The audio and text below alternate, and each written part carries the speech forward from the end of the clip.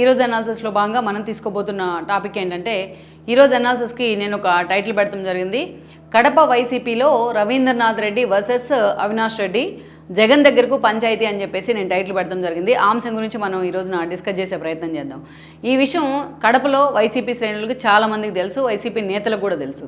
కాకపోతే ఎక్కడ బయటపడితే పార్టీ పరువు రోడ్డును పడుతుందో అన్నట్టు చాలా రోజులుగా వాళ్ళు దీన్ని గుమ్మనంగా ఉంచగలుగుతున్నారు. కానీ ఎప్పుడో ఒకసారి ఇది అవుట్ బరెస్ట్ అవ్వక తప్పని పరిస్థితి ఉండింది చాలా రోజులుగా. అయితే జగన్మోహన్ రెడ్డి లేటెస్ట్గా 3 రోజుల పాటు తన సొంత కాన్స్టిట్యున్సీ పర్యటనకు వెళ్ళడం జరిగింది. ఈ క్రమంలోనే వాళ్ళిద్దరి పంచాయతీని ఎంతోమంది అక్కడ ఉన్న స్థానికంగా ఉన్న కొంతమంది నేతలు, సీనియర్ నేతలు, కొంతమంది క్యాడర్ కూడా జగన్మోహన్ రెడ్డి దగ్గరికి, జగన్మోహన్ రెడ్డి దృష్టికి తీసుకెళ్లారనేది అక్కడ స్థానికంగా జరుగుతున్న చర్చ. అయితే ఇప్పటికిప్పుడు వచ్చిన పంచాయతీ కాదు పార్టీలో, అది ఎప్పటి నుంచో ఉంది ఆధిపత్య పోరు వాళ్ళిద్దరి మధ్య. పర్టికులర్లీ మొన్నటి ఎన్నికల్లో పార్టీ 11 సీట్లకు పరిమితమైన తర్వాత, అది కూడా కడప లాంటి జగన్మోహన్ రెడ్డి కంచుకోట అని చెప్పబడుకునే జిల్లాలో 3 సీట్లకే మన వైఎస్ఆర్సీపీ పరిమితమైంది. ఒకటి పులివెందుల, ఒకటి బద్వేలు అండ్ దెన్ ఒకటి రాజంపేట. ఈ 3 చోట్ల మాత్రమే వైఎస్ఆర్సీపీ మొన్న అసెంబ్లీ ఎన్నికల్లో 10 స్థానాలు ఉంటే కడప జిల్లా, ఉమ్మడి కడప జిల్లా మొత్తం మీద ఆ 10లో 3 స్థానాలు మాత్రమే వైఎస్ఆర్సీపీ కైవసం చేసుకుంది మొన్నటి ఎన్నికల్లో. కాకుంటే కడప ఎంపీ, అటు రాజంపేట ఎంపీ 2 గెలుచుకుని కాస్త పరువు అయితే జగన్మోహన్ రెడ్డి నిలబెట్టుకున్నారని మనం అనుకోవచ్చు. అయితే ఇలాంటి కడప అంటేనే జగన్మోహన్ రెడ్డికి కానీ, ఆయన ఫ్యామిలీకి కానీ, వైఎస్ రాజశేఖర రెడ్డికో, వివేకానంద వీళ్ళందరికీ కూడా ఒక హార్డ్ కోర్ జిల్లా అది.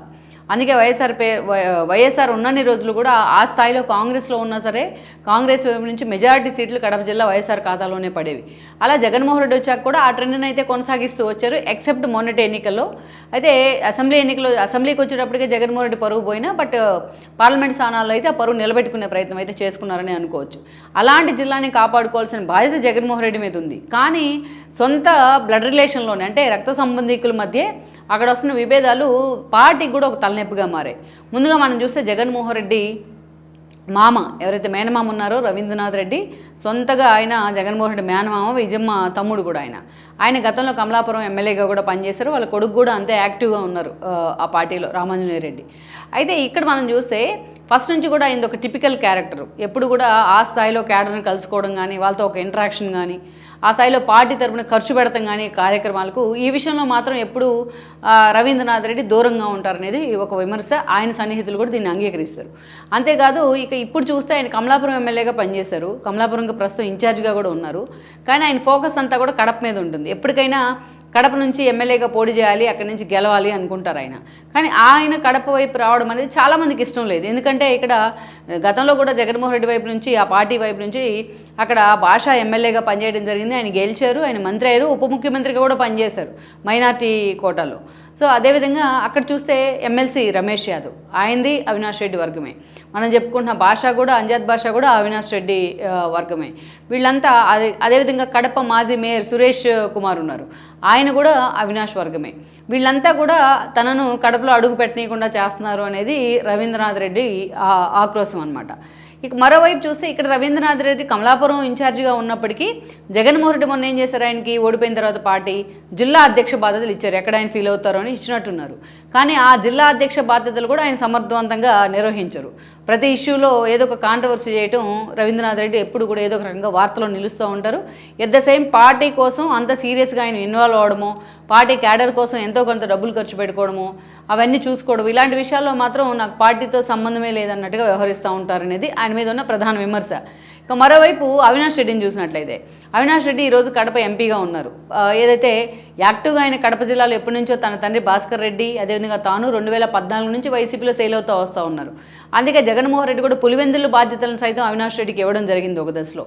సో అలాంటి సందర్భంలో కడప బాధ్యతలు మొత్తాన్ని కూడా, పేరుకి అధ్యక్ష బాధ్యతలు తన మామకి ఇచ్చినా, బట్ కడప బాధ్యతలు అన్నీ కూడా పులివెందులతో సహా అవినాష్ రెడ్డినే చూసుకోమని చెప్తూ ఉంటారు జగన్మోహన్ రెడ్డి. కడపకు సంబంధించి ఏ ఇష్యూ వచ్చినా అవినాష్ రెడ్డిని దాన్ని పర్సూ చేస్తూ ఉంటారు. మనకు తెలిసిందే, పులివెందుల జడ్పీటీసీ ఉప ఎన్నిక, ఒంటిమిట్ట జడ్పీటీసీ ఉప ఎన్నిక వస్తే ఆ 2 ఉప ఎన్నికల్లో వైఎస్ఆర్సీపీ డిపాజిట్ కూడా దక్కించుకోలేకపోయింది. అప్పుడు అవినాష్ రెడ్డిని జగన్మోహన్ రెడ్డి సీరియస్ అయ్యారు, ఫైర్ అయ్యారు, పక్కన పెట్టారన్న ప్రచారం కూడా జరిగింది అప్పట్లో. సో అలా ఏ బాధ్యతలు వచ్చినా అవినాష్ రెడ్డే చూసుకుంటూ ఉంటారు. అది అందరికీ, అవినాష్ రెడ్డికి జగన్మోహన్ రెడ్డికి ఉన్న బాండింగ్ అందరికీ తెలుసు కాబట్టి అందరూ ఏ పని కావాలన్నా అవినాష్ రెడ్డికే దగ్గరికే వెళ్తారు. కానీ మిగతా కాన్స్టిట్యున్సీలో ఒక రకంగాని, బట్ కమలాపురం అంటంతోనే రవీంద్రనాథ్ రెడ్డితో నాకు ఇబ్బంది అని చెప్పి అవినాష్ రెడ్డి దూరంగా ఉంటారు. అటు క్యాడర్కి అక్కడ ఆయనతో పని కాదు, ఈయనతో పని కాదు. సో నేతల మధ్య కూడా సమన్వయ లోపం స్పష్టంగా అక్కడ కనిపిస్తూ ఉంది. సో నువ్వా నేనా అని ఇద్దరు వర్గాలు కూడా తలపడుతున్న సందర్భం ఉండింది. ఈ సిచ్యువేషన్ మధ్య అక్కడ క్యాడర్ కానీ ద్వితీయ శ్రేణి నేతలు కానీ నలిగిపోతూ ఉన్నారు. అటు మామ ఇటు తమ్ముడా తేల్చుకోలేని పరిస్థితి అక్కడ ఎదురవుతూ ఉంది చాలామందికి. అందుకే ఈ పంచాయతీ చిలికి గాలివాన్లాగా మారి జగన్ దగ్గరకు కూడా వెళ్ళిందని కూడా చెప్తా ఉన్నారు. జగన్ ఇద్దరికి సర్ది చెప్పే ప్రయత్నం చేశారు, ఇద్దరు కలిసి పనిచేసుకోవాలని కూడా ఆయన చెప్తా ఉన్నారు అనేది ఒకటి. కాకుండా ఇక్కడ రవీంద్రనాథ్ రెడ్డి ఏంటి, ఫస్ట్ నుంచి నేను జగన్మోహన్ రెడ్డి క్లోజు, ఆ పార్టీతో అంత క్లోజ్ ఉండేవాడిని, అవినాష్ రెడ్డి కన్నా పార్టీలోకి నేనే ముందు వచ్చాను అనేది రవీంద్రనాథ్ రెడ్డి కానీ ఆయన కొడుకు కానీ వాళ్ళ వాదన. కానీ అవినాష్ రెడ్డి ఏంటి ఎప్పుడు వచ్చేది కాదు, ఎప్పుడైనా సరే తన ఆఖరికి క్రైసిస్ వచ్చిన మొన్నటి 24 ఎన్నికల్లో కూడా అది కూడా షర్మిలా మీద పోటీ చేసి నేను గెలిచాను అని చెప్పేసి అవినాష్ రెడ్డికి కానీ భాస్కర్ రెడ్డికి కానీ ఆ టెంపు ఉంటుంది ఆబ్వియస్లీ. సో ఆ ఆధిపత్య పోరు మాత్రం అలాగే కంటిన్యూ అవుతూ వస్తుంది. ఇది చాలా కాన్స్టిట్యున్సీల్లో ఆ పార్టీ కూడా ఇబ్బందిగా మారుతూ ఉంది. ఎందుకంటే జగన్మోహన్ రెడ్డి ఎప్పుడో వస్తారు, పులివెందులు ఎమ్మెల్యేగా ఉన్న ప్రతిసారి ఆయన పులివెందుల మీద ఫోకస్ పెట్టరు, ఎప్పుడో గుర్తొచ్చినప్పుడు మాత్రమే వస్తూ ఉంటారు. ఎప్పుడో 4 నెలలకు ఒకసారి వస్తే అక్కడ ఈ ఇష్యూలన్నీ కూడా సార్ట్అవుట్ చేయడానికి కూడా ఆయనకు అంతగా టైం కూడా పెట్టరు ఆయన ఫోకస్డ్గా. సో అందుకే ఇది నిజంగా ఒక హెడేక్గా తయారైంది ఈ అంశం. జగన్మోహన్ రెడ్డి మరి దీన్ని ఎలా సాల్వ్ చేస్తారన్నది కూడా మనం చూడాలి. ఈ వీడియో మీకు నచ్చినట్లయితే please share, like and subscribe